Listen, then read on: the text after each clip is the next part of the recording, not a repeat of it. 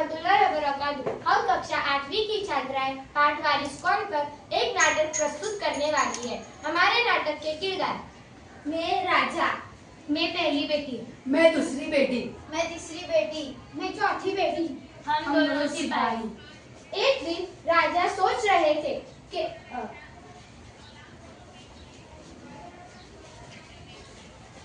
मुझे चिंता हो रही है। अब मैं बूढ़ा हो चुका हूँ। मेरे जाने के बाद मेरे राजपाट का कौन ध्यान रखेगा? तभी उन्हें एक उपाय सूझा और उन्होंने अपनी चारों बेटियों को बुलाया। जी पिताजी, आपने हमें बुलाया। हाँ, अच्छा हुआ तुम लोग आ गए। सिपाही गेहूं का कट्टा लाओ।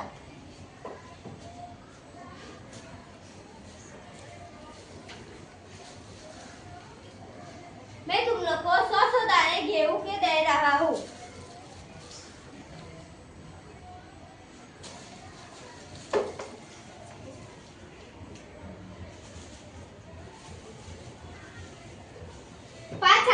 इसे मुझे वापस करना।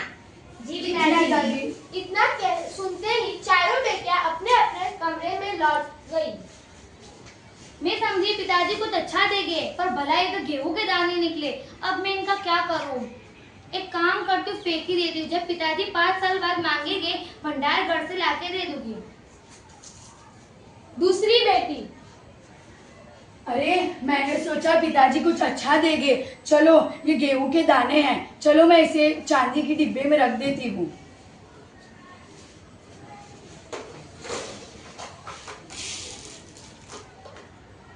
तीसरी बेटी: पिताजी ने ये गेहूं के दाने कुछ सोच समझ कर दिए होंगे, इसलिए मैं इसको अपने पास रख देती हूँ। चौथी बेटी: अरे ये क्या, मैंने तो सोचा था पिताजी कुछ अच्छा देंगे, ये तो गेहूं के दाने थमा दिए। चलो इन्हें गुनवा के खा ही लेती हूँ। राजा ने अपनी चारों बेटियों को दरबार में बुलाया। जी पिताजी, आपने हमें बुलाया। क्या तुमको याद है मैं 5 साल पहले तुम लोग को गेहूं दिया था? हाँ पिताजी। वो मुझे वापस दो। ठीक है।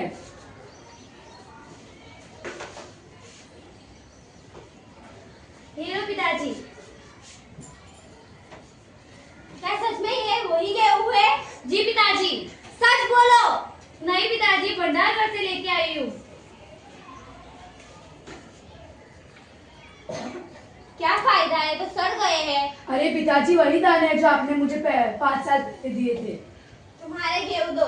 पिताजी मैं आपको दिखाने की बजाय कल लेके जाऊंगी। तुम्हारे गेहूं दो। मैं तो उन्हें भुना के खा गई।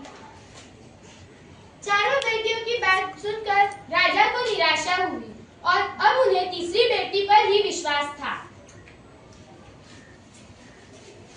दूसरे दिन तीसरी बेटी अपने पिताजी के पास गई। अगले दिन तीसरी बेटी राजा के पास गई। पिताजी, मैंने आपको कल बोला था कि मैं आपको कुछ दिखाऊंगी। चलो चलो। राजा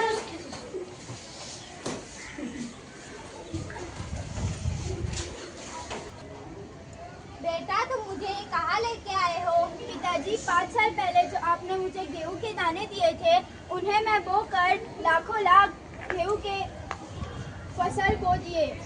वाह बेटे, बहुत अच्छा किया। अभी मैं तुमसे बहुत प्रसन्न हुआ। अब तुम ही मेरे राज्य के सच्चे उत्तराधिकारी हो।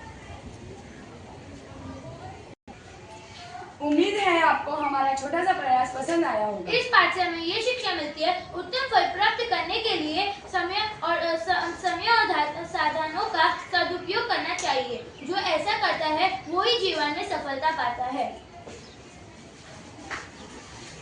Thank you. जज़ाकल्लाह।